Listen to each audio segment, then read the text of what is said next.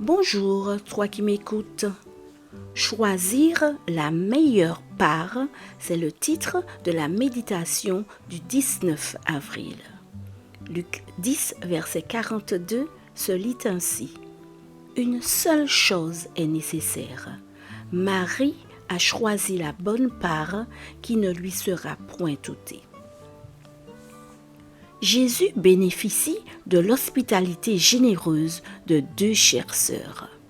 Marthe se charge des tâches ménagères habituelles, tandis que Marie, qui devait l'aider, adopte une attitude tout à fait inattendue pour une femme de ce milieu.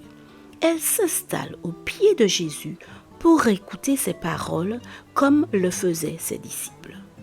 Marie veut être le plus proche possible de Jésus, profiter de sa présence, apprendre de lui et jouir de la paix qui émane de sa personne. Marthe est agitée, concentrée sur ses activités. Est-ce à cause de la pression sociale ou à cause de la place présupposée de la femme? Quelle qu'en soit la raison, Marthe est prisonnière de l'opinion des autres, du qu'en dira-t-on, de sa réputation de femme au foyer. Elle ne sait pas profiter de la grâce, accueillir la présence du Christ, se laisser aimer, laisser les bienfaits de Dieu satisfaire les besoins de son âme. Marthe, même en présence du Christ, se sent déchirée entre ce qu'elle fait et ce qu'elle voudrait peut-être faire. Mécontente, jalouse de ce que vit sa sœur et qu'elle n'arrive pas à accepter. Elle ne se sent pas épanouie dans ses tâches, mais frustrée, peut-être sans trop savoir pourquoi. Elle ne se rend pas compte qu'elle rate la meilleure part de la journée et peut-être de sa vie. Jésus lui ouvre les yeux avec une réprimande pleine d'amour.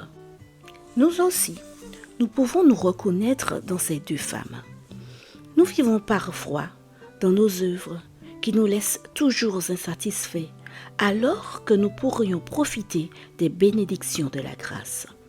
Je ne crois pas, cependant, que l'intention de ce texte soit de souligner la supériorité spirituelle de la contemplation sur l'action, comme le supposent certaines traditions religieuses. Jésus prononce 2 fois le nom de Marthe avec beaucoup de tendresse, comme pour la faire entrer dans le domaine de son moi profond, de ce qu'elle veut vraiment être. Il lui rappelle ainsi qu'elle est aussi aimée et qu'elle peut donc se sentir entièrement libre de choisir ce qui est le mieux pour sa vie, c'est-à-dire la communion avec Jésus. Que la meilleure part n'est pas de gagner le prix de la meilleure ménagère de la ville, mais de jouir aussi pleinement que sa sœur Marie de la présence de Jésus dans sa vie. Seigneur, je veux choisir aujourd'hui la meilleure part dans tout ce que je fais, c'est-à-dire être avec toi et apprendre de toi à chaque instant. Amen. Bonne journée sous le regard de Dieu.